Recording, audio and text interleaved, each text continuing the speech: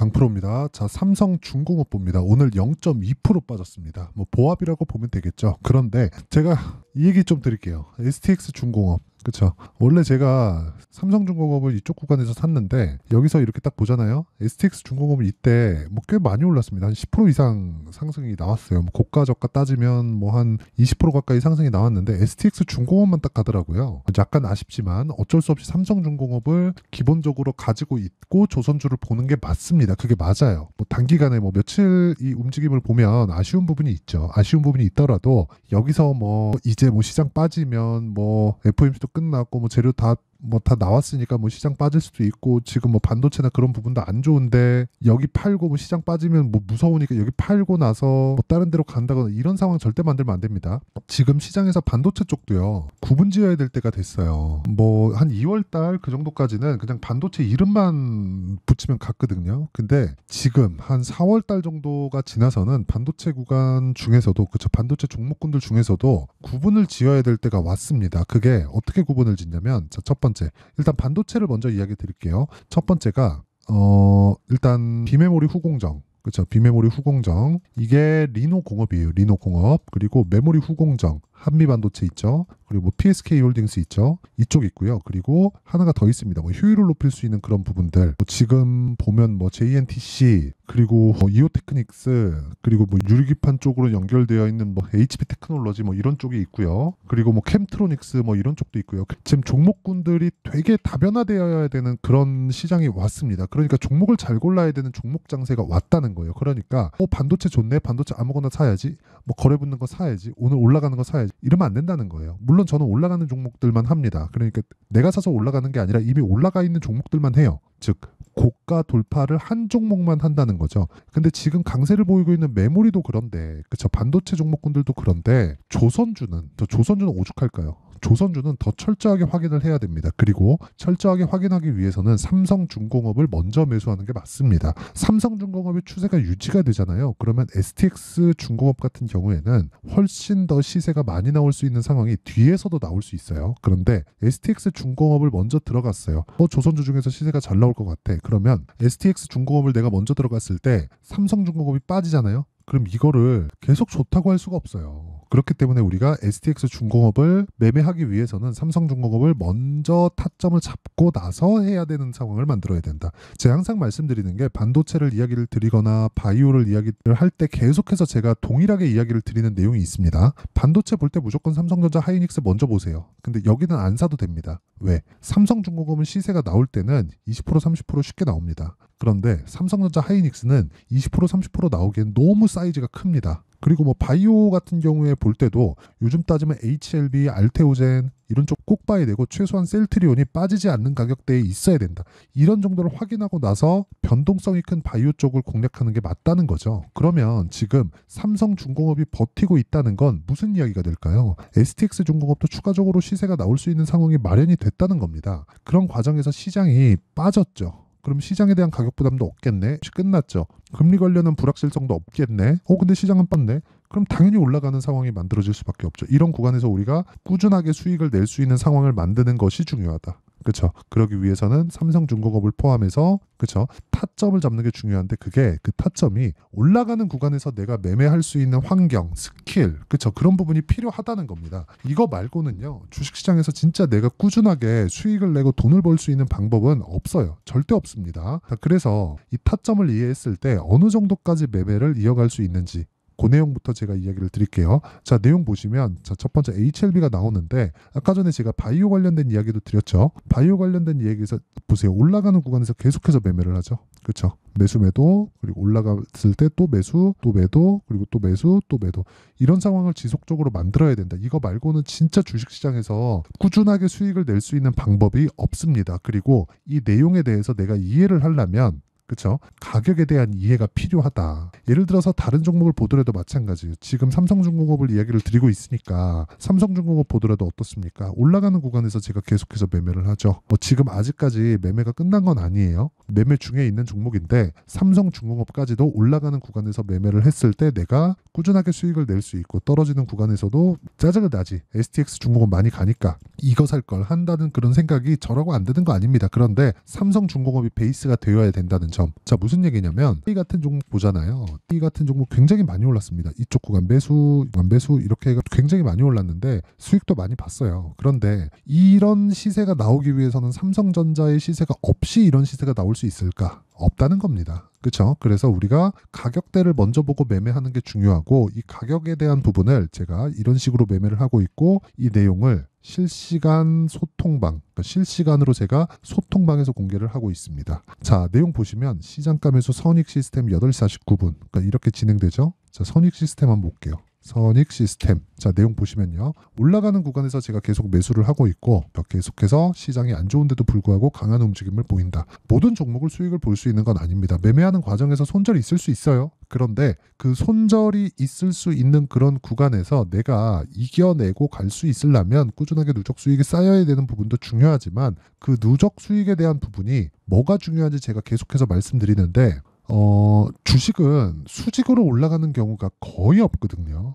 1%도 안 돼요. 그런 종목을 잡을 수 있는 확률이. 그러면 올라가는 구간에서 조정 구간을 내가 항상 봐야 된다는 건데 거기서 내가 팔까 말까에 대한 항상 이 딜레마에 빠집니다. 그러기 위해서는 이게 왜 올라가는지 이유를 찾고 호재를 찾는 게 먼저가 아니라 올라가는 종목들을 먼저 추려놓고 그 안에서만 집중하는 거예요. 그래서 분류를 해요. 사람은 무한정이 머리를 쓰고 자원을 자원을 써제낄 수가 없어요. 그렇기 때문에 어디 한 곳에 대한 그 섹터를 딱 정해놓고 그 안에서 우리가 어떤 내용이 있는지를 파헤치면 훨씬 더 효율적이고 능률이 올라갑니다. 그래서 그 효율과 능률을 높일 수 있는 신고가 매매에 대한 부분을 제가 여기 소통방에서 다 공유를 하고 있고요. 모두 장시작 전에 공유를 한다. 애초에 그냥 신고가를 추려서 보기 때문에 장시작 전에 제가 이야기를 다 할 수 있다는 점, 그리고 그런 부분을 이런 식으로 매매를 하고 있다는 점, 이 부분 참고하시고요. 완성된 매매를 한 번 더 보면 자람 테크놀로지 같은 경우에도 올라가는 구간에서 매매한 결과 75% 정도의 수익 구간에서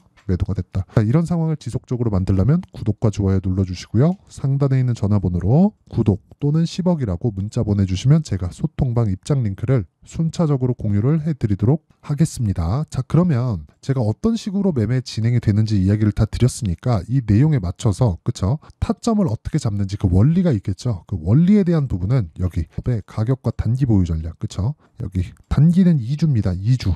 그렇죠. 그리고 최근에 시장 변동성이 너무 크기 때문에 이 변동성에 맞춰서 진행될 수 있는 실시간 타점, 삼성중공업의 실시간 타점을 제가 문자로 공유를 해드리도록 할 테니까 구독과 좋아요 눌러주시고요. 상단에 있는 전화번호로 삼성중공업이라고 종목명을 보내주셔도 되고 아니면 중공업이라고 문자 보내주시면 제가 삼성중공업의 실시간 타점과 함께 단기 보유 전략을 함께 공유를 해드리도록 하겠습니다. 자, 내용 정리하면 그렇습니다. 삼성중공업이 지금 며칠째 조금 안 좋은 움직임을 보이고 있지만 조선주 중에서 가장 먼저 신고가를 돌파를 했고요. 일단 7월달, 작년 7월달에 강세를 보였었던 구간을 먼저 돌파한 게 삼성중공업이고 그 삼성중공업에 대한 부분이 이미 가격대가 정해져 있기 때문에 매물 소화 과정에 우리가 타점을 잡아야 되고 그 타점에 대한 부분은 아까 전에 말씀드렸었던 대로 제가 소통방에서 다 공유를 해드리고요. 상단에 있는 전화번호로 구독이나 10억이라고 문자 보내주시면 제가 소통방 입장 링크를 다 공유를 해드리고요. 그리고 삼성이나 삼성중공업이나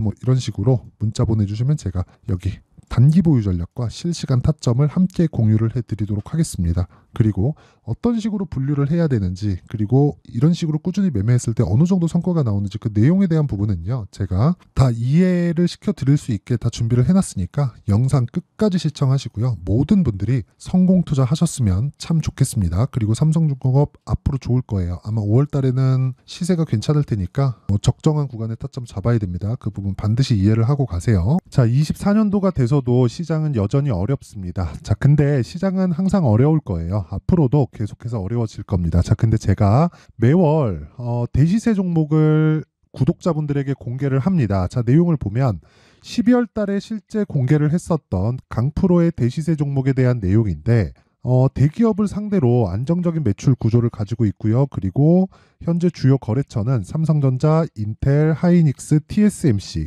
해외에 반도체 관련된 기업이라는 걸 알 수 있죠. 그만큼 1월 달에 제가 보고 있었던 종목은 반도체 관련주라는 걸 알 수 있습니다. 공개를 해드리면 이 내용입니다. 여기 어보브 반도체, 그쵸? 실제 제가 거래한 내용을 공개를 한 거고요.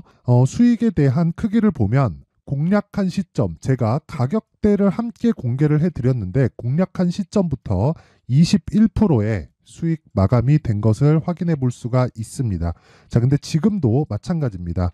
지금은 어떤 이슈가 있을까요? 2월 달에 발표한다는 기업 밸류업 프로그램이 있죠. 근데 그걸로 인해서 지금 2월 달에 발표한다고 이야기가 나온 상황이고요. 무엇보다 우리가 생각해야 될 내용은 한 가지입니다.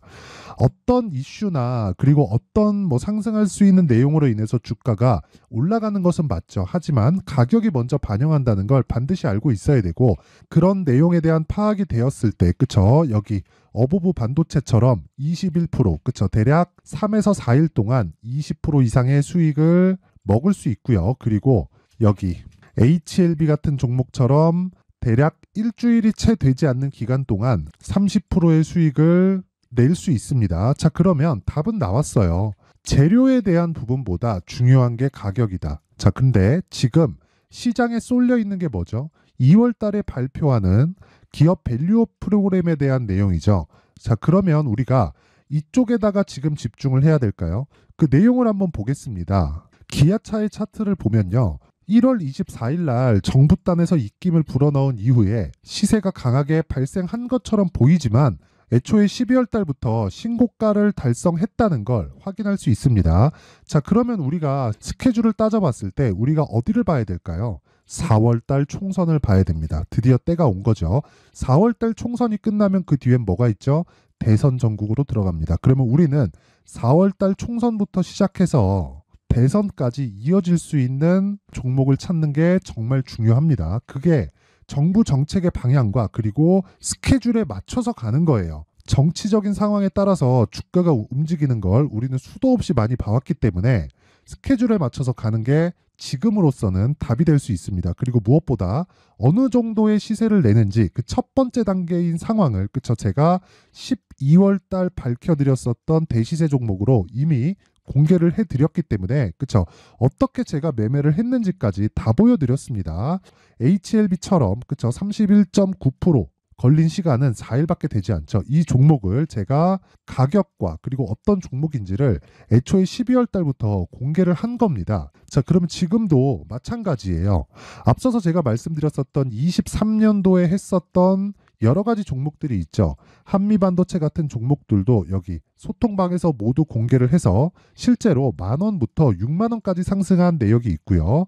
왜 공략을 했는지를 제가 다 공개를 해드렸습니다. 근데 지금도 마찬가지라는 거죠.